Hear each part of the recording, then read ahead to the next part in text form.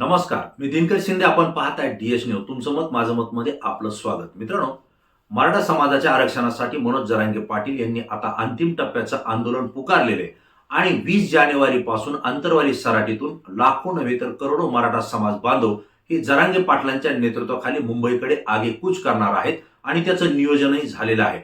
विशेष म्हणजे हे करण्याची गरज मराठा समाजावर यासाठी आली की मुख्यमंत्री एकनाथराव शिंदे यांच्यावर मराठा समाज आणि मनोज जरांगे पाटील यांचा आतोनात विश्वास होता. 100% खात्री असल्यानंच आजपर्यंत शिंदे सरकारला मनोज जरांगे पाटलांनी मराठा समाजाला कुणबीचं आरक्षण देण्यासाठी एक वेळेस, दोन वेळेस नव्हे तर 3 वेळेस संधी वाढून दिली आणि या संधीचं सोनं एकनाथराव शिंदे करतील असा विश्वास मराठा समाज बांधवांमध्ये होता.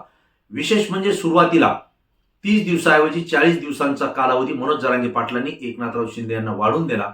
त्याचं कारणही होतं की एकनाथराव शिंदे हे आंतरवाली सराटीमध्ये जाऊन जरांगे पाटलांची त्यांनी भेट घेतली आणि एक विश्वास दिला की मीही मराठा आहे आणि मराठा समाजाच्या प्रश्नांची आणि त्यांच्या गरिबीची मला जाणीव आहे आणि त्यामुळे या समाजाला आरक्षण देणं ही काळाची गरज आहे. जी घटनेत तरतूद आहे, मला फक्त थोडा वेळ द्या. आणि जरांगे पाटलांनी या शब्दावर विश्वास ठेवला. मराठा समाजानेही जरांगे पाटलांना सांगितलं की एकनाथराव शिंदे हे विश्वासपात्र आहेत, कारण यापूर्वी त्यांनी मराठा समाजाच्या आंदोलनाला मदत केली आणि दिलेला शब्द शिवसेना उद्धव ठाकरे यांच्या सोबत असताना त्यांनी पाळलेला आहे. आणि म्हणूनच जरांगे पाटलांनी 30 दिवसाऐवजी 40 दिवसाची मुदत दिली. मात्र एकनाथराव शिंदे यांनी या 40 दिवसामध्ये मराठा समाजाला कुणबीचं आरक्षण त्या ठिकाणी जाहीर केलं नाही. यामुळे एक संतापाचा उद्रेक मराठा समाजामध्ये होत होता. परंतु पुन्हा एकदा जरांगे पाटलांनी एकनाथराव शिंदे यांच्यावरती विश्वास व्यक्त केला. दुसरीकडे देवेंद्र फडणवीस आणि अजित पवार हे दोन्ही उपमुख्यमंत्री मराठा समाजाला आरक्षण देण्याच्या संदर्भात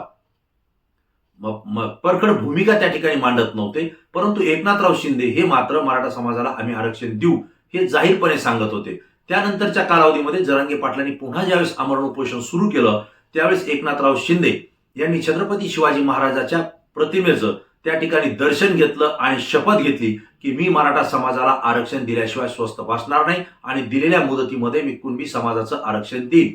हा जो विश्वास एकनाथराव शिंदे यांनी मराठा समाजाचा जिंकला होता, या विश्वासाला आता तडे गेलेले आहेत आणि मराठा समाज हा एकनाथराव शिंदे यांच्यावरती प्रचंड नाराज झालेला आहे. त्यानंतरचा जो कालावधी मिळाला त्यानंतर सुद्धा एकनाथराव शिंदे यांनी ठरलेल्या वेळेत ते आरक्षण दिलं नाही. परंतु 24 डिसेंबर पर्यंत आम्ही आरक्षण देऊ, आम्हाला वेळ द्या असं शिष्टमंडळामार्फत त्यांनी मागणी केली.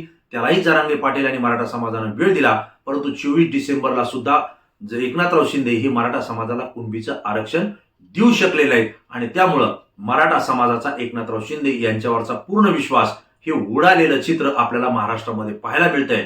आणि एकनाथराव शिंदे हे ज्यावेळेस बाळासाहेब ठाकरे आणि उद्धव ठाकरे यांच्या शिवसेनेमध्ये काम करत होते त्यावेळेस ते शब्दाला जागत होते, दिले शब्द तो पाळत होते. मात्र एकनाथराव शिंदे आता हे पहिले एकनाथराव शिंदे राहिले नाही असं मराठा समाजामध्ये एक संदेश गेलेला आहे आणि याची चर्चा गाव पातळीपासून मेगा सिटी पर्यंत होताना आपल्याला पाहायला मिळते. मित्रांनो, आता जरांगे पाटलांनी आपला सरकारवरचा विश्वास उडाला असं सांगितलंय. जे जरांगे पाटील सातत्याने सांगत होते की एकनाथराव शिंदे मुख्यमंत्री यांच्यावर आमचा पूर्ण विश्वास आहे आणि तेच आरक्षण देऊ शकतात, त्यामुळे त्यांना वेळ जरी वाढून दिली असली तरी काही हरकत नाही, कारण 70 वर्ष आम्ही आंदोलन करतोय, मागणी करतोय, परंतु आम्हाला यश आलं नाही. आणखी 10 दिवस, 20 दिवस, महिना जरी वाढून दिला तरी काही फरक पडत नाही, कारण आमचा त्यांच्यावर विश्वास आहे. परंतु आता मात्र जरांगे पाटील यांचीही एकनाथराव शिंदे यांच्या बाबतीतली भाषा बदललेली आहे आणि त्यांनी स्पष्ट सांगितलंय आता आमचा सरकारवर विश्वास राहिलेला नाही, कारण 3 वेळेस 4 वेळेस त्यांनी वेळ मागून घेतली, त्या वेळेत त्यांनी आरक्षण दिलं नाही आणि त्यामुळे आता सुद्धा ते आरक्षण देतील असं आम्हाला वाटत नाही. आणि म्हणून आम्ही आमचं आंदोलन या ठिकाणी 20 जानेवारीला मुंबई या ठिकाणी करत आहोत. आझाद मैदानावर मी आमरण उपोषण करेन आणि कोट्यवधी मराठा समाज हा मला त्या ठिकाणी भेटण्यासाठी येईल. एवढंच नाही तर आंतरवाली सराटीपासून आपण पदयात्रेनं मुंबईकडे रवाना होत आहोत. ठिकठिकाणच्या मराठा समाजाच्या कार्यकर्त्यांनी आपल्या मार्गावर त्या ठिकाणी एकत्र यायचंय आणि ही चाललेली पायदिंडी मुंबईपर्यंत आपल्याला पोहोचवायची असा इशारा त्या ठिकाणी दिलेला आहे. मित्रांनो, एकनाथराव शिंदे हे पहिले एकनाथराव शिंदे राहिले नाही, हा मराठा समाजाचा त्या ठिकाणी मत झालेला आहे आणि एकनाथराव शिंदे यांच्याविषयीचा रोष सुद्धा मराठा समाजामध्ये वाढवलाय, कारण त्यांचं म्हणणं आहे की एकनाथराव शिंदे यांनी आमचा विश्वासघात केलेला आहे. हा जर विश्वास पुन्हा एकदा संपादन करायचा असेल तर एकनाथराव शिंदे यांना आणखी ही वेळ आहे.